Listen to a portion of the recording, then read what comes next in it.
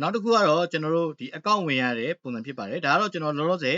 owner account ကိုကျွန်တော်ဝင်ထားတယ်ပေါ့နော်ကျွန်တော်တို့ဒီ owner account ဝင်ထားပြီးတော့မှကျွန်တော်ကဒီ owner account ရဲ့ user name နဲ့ password ကိုပြန်ပြင်နေဆိုလို့ရှိရင်ဒီမှာတော့ပုံစံလေးရှိပါတယ် PCF မှာဆိုရင်ပေါ့နော်စကားဝက်ပြင်ဆင်လေးကိုနေပြီးဒီနေရာမှာကိုက user name အသစ်ပြောင်းမယ်ဆိုရင်ကိုပြောင်းနေတဲ့ user name ကိုထည့်ပေါ့နော်ကိုပြောင်းနေတဲ့ user name ကိုထည့်ပြီးလို့ရှိရင်လက်ရှိကိုထည့်ထားတဲ့စကားဝက်ကိုထည့်ပြီးတော့မှသိမ့်မယ်ဆိုတဲ့တိုင်းနဲ့ကိုယ့်ရဲ့ user name ကချိန်မိတာဖြစ်သွားမယ်ဒါပေမဲ့သူက password ကတော့ချိန်မသွားဘူးပေါ့နော်တကယ်လို့ password တည်တံ့ချိန်နေတယ်ဆိုရင်စကားဝက်ပြောင်းအောင်နေပြီးတော့မှကျွန်တော်လက်ရှိကျွန်တော်တို့အသုံးပြုနေတဲ့ password ကိုထည့်ပြီးလို့ရှိရင်ကိုထည့်ချင်တဲ့စကားဝက်အသစ်ကိုအပေါ်နဲ့အောက်ကိုတူအောင်ထည့်ပြီးပေါ့နော်ဥပမာအပေါ်မှာကျွန်တော်တို့6လေးလုံးဆိုရင်အောက်မှာလည်း6လေးလုံးထည့်ပြီးတော့မှသိမ့်မယ်နေတဲ့နဲ့ကျွန်တော်စကားဝက်ချိန်တော့မှာဖြစ်ပါတယ်နော်ဒီတိုင်းပဲကျွန်တော်တို့ owner app ရဲ့user name နဲ့ password ကိုပြောင်းလို့ရမှာဖြစ်ပါတယ်နော်တကယ်လို့ပေါ့နော်ကျွန်တော်တို့ကဒီကွန်ပျူတာကနေမပြောင်းချင်ဘူးဖုန်းကနေပြောင်းချင်တယ်ဆိုလို့ရှိရင်ရပါတယ်အဲ့တော့ဖုန်းမှာဆိုလို့ရှိရင်ကျွန်တော်တို့ဒီမှာစကားဝက်ပြင်ဆင်ရန်လေးရှိပါတယ်အောက်နေပါဘူးနော်စကားဝက်ပြင်ဆင်ရန်နေပြီးတော့မှကျွန်တော်တို့ကပြောင်းလို့ရမှာဖြစ်ပါတယ်ဒီမှာတော့ကျွန်တော်တို့ဖုန်းမှာတော့privacy ကြောင့်မို့ကျွန်တော်တို့ကမပေါ်ဘူးပေါ့နော်စကားဝက်ပြင်တဲ့ UI ကိုမပေါ်ဘဲနဲ့ပြထားတယ်ဒီတိုင်းမှာပဲကျွန်တော်တို့စောစောပြထားတဲ့ကွန်ပျူတာအတိုင်းပဲကျွန်တော်တို့ကစကားဝက်အမည်နဲ့စကားဝက်တွေကိုကျွန်တော်တို့ကစိတ်ကြိုက်ကျွန်တော်တို့ဒီ Android app ကနေလည်းပြောင်းလို့ရမှာဖြစ်ပါတယ်ကျွန်တော် Android app က owner app ကနေပြောင်းလိုက်တဲ့စကားဝက်တိုင်းပဲကျွန်တော်တို့ကပြန်ဝင်ပေးရမှာဖြစ်တယ်လို့ကျွန်တော်ကွန်ပျူတာကနေပြောင်းလိုက်လို့ဆိုရင်လည်းကွန်ပျူတာပြောင်းလိုက်တဲ့စကားဝက်တိုင်းပဲကျွန်တော်က account တွေကိုပြန်ပြီးတော့မှဝင်ပေးရမှာဖြစ်ပါတယ်เนาะဒါကတော့ကျွန်တော်တို့က owner as အမည်နဲ့စကားဝက်ကိုပြောင်းတဲ့ပုံစံပြပေးရဖြစ်ပါတယ်တကယ်လို့ထပ်ပြီးတော့မှကျွန်တော်တို့ကဒီလူပုံစံပေါင်းလေးကိုနှိပ်လိုက်မယ်ဆိုလို့ရှိရင်ကျွန်တော်ကဒါ account ပေါ့နော်ကျွန်တော်တို့ account ဖွင့်တဲ့ပိုင်းရောက်သွားပြီaccount ဖွင့်တဲ့နေရာမှာကျွန်တော်တို့ကဒီမှာအသစ်ကိုနှိပ်လိုက်မယ်ဆိုလို့ရှိရင်သူကဒီမှာ commission နဲ့ထိုးသားဆိုပြီးနှစ်မျိုးရှိပါတယ်เนาะ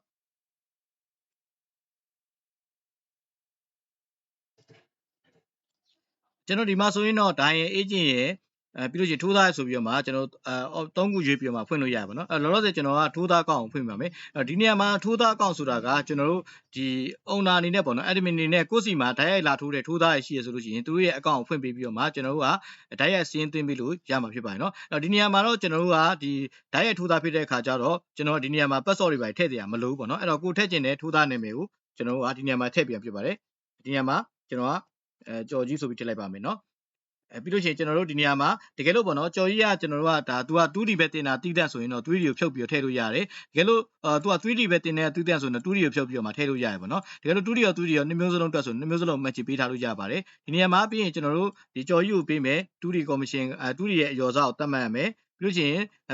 ကြော်ကြီးကိုပေးမယ်ကျွန်တော်ကကြော်ကြီးဆိုတဲ့ထိုးသားပေးမယ် 3D အရောစားကိုတတ်မှတ်ရမယ်ပြီးလို့ရှိရင်ကြော်ကြီးကိုပေးမယ် 2D commission ကိုတတ်မှတ်ရမယ်ပြီးလို့ရှိရင်ကျွန်တော်ကြော်ရုပ်ပေးမယ် 3D commission ကိုတတ်မှတ်ရမယ်ပြီးလို့ရှိရင်တွတ်စားကိုလည်းကျွန်တော်တတ်မှတ်ပေးလို့ရပါတယ်เนาะပြီးလို့ရှိရင်ကျွန်တော်တို့နောက်တစ်ခုကကြတော့ကျွန်တော်တို့ 2D break ပေါ့เนาะကြော်ရုပ်ဒါကတော့ထိုးသား break ဖြစ်ပါတယ်เนาะဒီမှာထိုးသား break မှာဆိုလို့ရှိရင်ကျွန်တော်ကကြော်ရုပ်ကို lock break ပေးမယ်1000 2D ကို1000 break ပေးလိုက်ပါမယ် 3D ကိုကျွန်တော်2000 break ပေးလိုက်ပါမယ်เนาะဒါကျွန်တော်နမူနာအနေနဲ့ထည့်ပြပေးတာဖြစ်ပါတယ်เนาะပြီးလို့ရှိရင်ကျွန်တော်တို့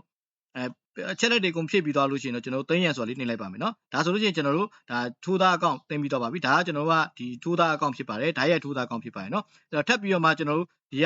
့ဒီကွန်ပျူတာကနေပြီးတော့ဖွင့်လိုက်ပြီးဆိုတာနဲ့ကျွန်တော်တို့ဒီAndroid က owner app မှာဆိုလို့ရှိရင်ကျွန်တော်တို့ကဒီမှာ 2D ထိုးသားစင်းထဲမှာတွားပြီးတော့မှချက်လက်ကပေါ်နေမှာဖြစ်ပါတယ်เนาะသူထည့်ထားတဲ့ချက်လက်တိုင်းပေါ်နေမှာဖြစ်တယ်တကယ်လို့ကိုယ်အချက်လက်တွေကိုပြန်ပြင်နေဆိုလို့ရှိရင်ဒီတော့ကျွန်တော် edit button လေးကိုနှိပ်ပြီးတော့မှကျွန်တော် commission ကတွေအရောစားတွေကျွန်တော်တို့3D commission ကတွေအရောစားတွေတွတ်စားတွေပြန်ပြီးတော့မှစိတ်ချက်ပြင်လို့ရတယ်တကယ်လို့သူ့ရဲ့ account ကိုဖျက်ချင်တယ်ဆို delete ကိုနှိပ်ပြီးဖျက်လိုက်လို့ရပါတယ်เนาะဒီမှာဆိုလို့ရှိရင်လည်းတူတူပါပဲ PCF မှာဆိုလို့ရှိရင်ကိုဖျက်ချင်တဲ့ကိုပြင်နေတဲ့ဒီထိုးသားကောင်ကိုထောက်ဆက်လက်ပေးပြီးတော့မှကျွန်တော်တို့ဒီမှာ click နဲ့ချက်နှိပ်လိုက်မယ်ဆိုလို့ရှိရင်သူ့ရဲ့အချက်လက်တွေကိုကျွန်တော်တို့ကပြန်ပြီးတော့မှပြင်ဆင်လို့ရမှာဖြစ်ပါတယ်เนาะဒီမှာဆိုလို့ရှိရင်ကျွန်တော်ကြော်ကြီးကိုသတ်မှတ်ပေးထားတယ် 2D စားတွေ 3D စားတွေဟလာ commission ကားတွေကိုကျွန်တော် PCF ကနေလည်းပြင်လို့ရမှာဖြစ်ပါတယ်PCF ကနေပြင်လိုက်တာနဲ့ကျွန်တော်တို့ဒီ Android မှာလည်းတစ်ခါတည်းပြောင်းသွားမှာဖြစ်ပါတယ်เนาะဒါကတော့ကျွန်တော်က PCF ကဖွင့်တဲ့ပုံစံပြပြဖြစ်ပါတယ်ကျွန်တော်တို့ဒီ Android ကနေဖွင့်မယ်ဆိုလို့ရှိရင်တော့ကျွန်တော်တို့ကဒီထိုးသားစည်းဝင်ထိုးသားစည်းနဲ့ဝင်မယ်ပြီးရင်ကျွန်တော်တို့အပေါ်မှာရှိတဲ့အပေါင်းလေးကိုနှိပ်လိုက်ပေါ့နော် button လေးကိုနှိပ်လိုက်နှိပ်ပြီးလို့ရှိရင်ဒီနေရာမှာကိုထည့်ခြင်းနဲ့ဒီထိုးသားရဲ့နာမည်ထည့်ပြရမှာကျွန်တော်တို့ဒီနေရာမှာဇော်ကြီးလို့ပြလိုက်ပါမယ်เนาะဆိုပြီးလို့ရှိရင်သူ့ကိုကျွန်တော်တို့စောစောတိုင်းပဲ 2D commission ကလည်းအရောစားကိုထည့်မယ်ပြီးရင် 2D break ကိုထည့်မယ်ပြီးလို့ရှိရင် 3D commission ကလည်းအရောစားကိုထည့်မယ်ပြီးလို့ရှိရင်တွတ်စားထည့်မယ်ပြီးလို့ရှိရင် 2D အတွက်သူ့ကိုကျွန်တော်2000 break သတ်မှတ်ပေးလိုက်ပါမယ်เนาะဒါကကျွန်တော်နမူနာအနေနဲ့ထည့်ပြပေးဖြစ်ပါတယ်ပြီးရင်ကျွန်တော်သွင်းပြီဆိုတော့လေးနှိပ်လိုက်ပြီဆိုတာနဲ့ကျွန်တော်တို့ဇော်ကြီးဆိုတဲ့အကောင့်ကဒီနေရာမှာပေါ်လာမှာဖြစ်ပါတယ်အဲ့တော့ဒီမှာပေါ်လိုက်တာနဲ့တပြိုင်နက်ကျွန်တော်တို့ကဒီမှာကွန်ပျူတာမှာလည်းတစ်ခါတည်းတန်းပြီးတော့မှသူဖွင့်လိုက်တဲ့ထိုးသားအကောင့်ကိုတစ်ခါတည်းတန်းပြီးတော့မှပြပေးမှာဖြစ်ပါတယ်เนาะ ပြီးသွားပြီဆိုလို့ရှိရင်တော့ကျွန်တော်တို့ထိုးသားစင်းဖွင့်ပြီးသွားလို့ရှိရင်နောက်ထပ်ဘာထပ်ဖွင့်လို့ရသေးဆိုရင်ကျွန်တော် agent စင်းနဲ့ဖွင့်လို့ရပါတယ်နော်အဲ့တော့ agent ဖွင့်မယ်ဆိုလို့ရှိရင်တော့ကျွန်တော်တို့ကကွန်ပျူတာနဲ့ဖွင့်မယ်ဆိုရင်အစ်စ်ကိုနှိပ်လို့ရှိရင် agent ကိုရွေးပြီးတော့မှဖွင့်ပြရပါမယ်ကျွန်တော်ဒီနေရာမှာ agent ရွေးလိုက်မယ်ဒီနေရာမှာတော့ကျွန်တော်က agent ကိုကျွန်တော်ကအလွယ်တကူ agent 1ဆိုပြီးပေးလိုက်ပါမယ်နော်agent 1ဆိုပြီးပေးလိုက်မယ်ပြီးလို့ရှိရင်ကျွန်တော်တို့စကားဝက်ကိုလည်းကျွန်တော်လွယ်လွယ်ကူကူတုံညာလေးလုံးပဲပေးလိုက်ပါမယ်နော်အဲ့တော့ဒီမှာလည်းသူ့ရဲ့ 2D ဆိုပြီးတော့မှကျွန်တော်ကခွဲခြားလို့ရတယ်တကယ်လို့ 2D ပဲပေးမယ်ဆို 2D ကို match ပေးထားပြီးတော့မှ 3D ကိုဖြုတ်ထားလို့ရတယ်သူကကျွန်တော်တို့ 3D တည်တဲ့ agent ဆိုလို့ရှိရင်တော့ 2D ကိုဖြုတ်ထားပြီးတော့မှ 3D ကိုပဲ match ပေးထားလို့ရတယ်နော်ကျွန်တော်ဒီမှာတော့နမူနာလေးနဲ့နှစ်ခုလုံးထည့်ပြပေးပါမယ်ပြီးရင်ကျွန်တော်တို့လိုအပ်တဲ့အချက်လက်လေးတွေအစာလေးတွေအယောစာလေးတွေကျွန်တော်တို့ထည့်ပြရပါမယ်နော်ကျွန်တော်ခုလိုမျိုးချက်လက်တွေပြည့်စုံထည့်ပြီးသွားလို့ရှိရင်တော့ကျွန်တော်သိရန်ဆိုနှိမ့်လိုက်ပါမယ်နော်ဒါဆိုလို့ရှိရင်ကျွန်တော်တို့ကဒီ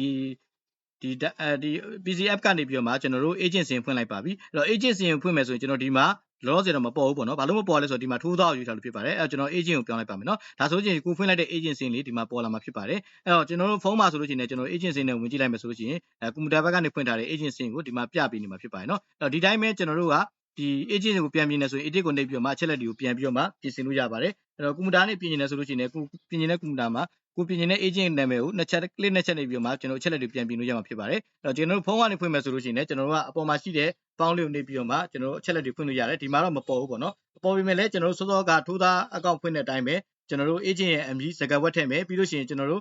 သူ့ရဲ့ကျွန်တော်တို့ commission ကအယောစတွေကျိုးအစတွေကျွန်တော်တို့လိုအပ်တဲ့ချက်လက်တွေအကုန်လုံးထည့်ပြရမှာဖြစ်ပါတယ်နော်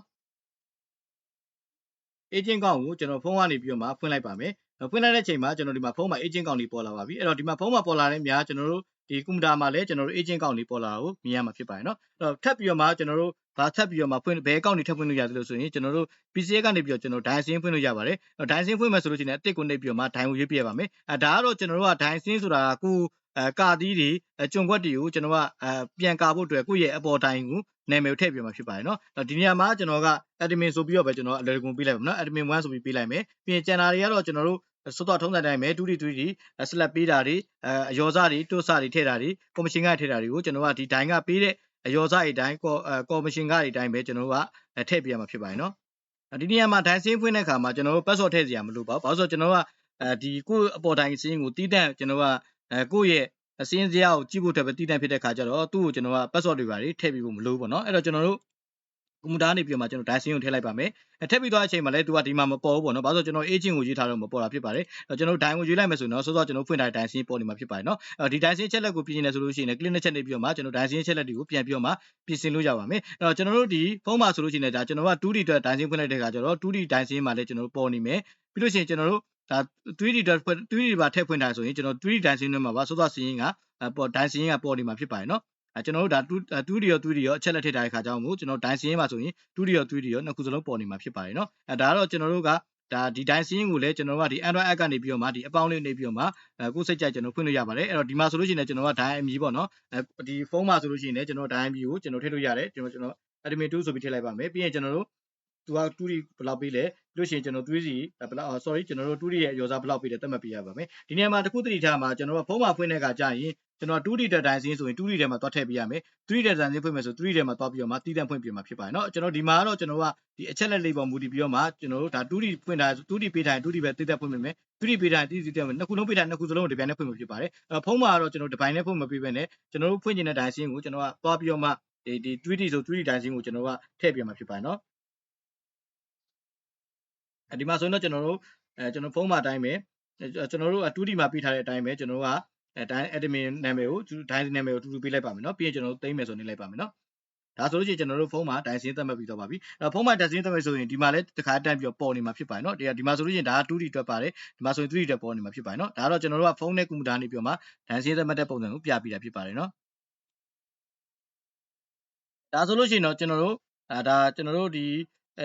owner app ကနေပြီးတော့မှ direct ထိုးသား account တွေပြီးလို့ရှိရင်ကျွန်တော်စင်းတွေ agent account တွေပြီးလို့ရှိရင်ကျွန်တော်တို့ဒိုင်စင်းတွေကိုကျွန်တော်ကထည့်ပြီးသွားဖြစ်ပါတယ်ကျွန်တော်ဖုန်းမှာဆိုလို့ရှိရင်လည်းကျွန်တော်တို့ဒီမှာထိုးသားစင်းတွေပြီးလို့ရှိရင်ကျွန်တော်တို့ဒါ agent စင်းတွေကျွန်တော်တို့စသဖြင့်ပေါ့နော်ကျွန်တော်ဒိုင်စင်းတွေကိုဖုန်းကနေလည်းကျွန်တော်ထည့်သွင်းပြီးသားဖြစ်ပါတယ်ဒါကတော့ကျွန်တော်တို့ owner app ကနေပြီးတော့မှကျွန်တော်တို့ထိုးသားစင်းတွေ agent စင်းတွေဒိုင်စင်းတွေကိုဘယ်လိုဖွင့်ရမလဲဘယ်လိုပြင်ဆင်ရမလဲဆိုတာကိုကျွန်တော်ပြောပြပေးတာဖြစ်ပါတယ်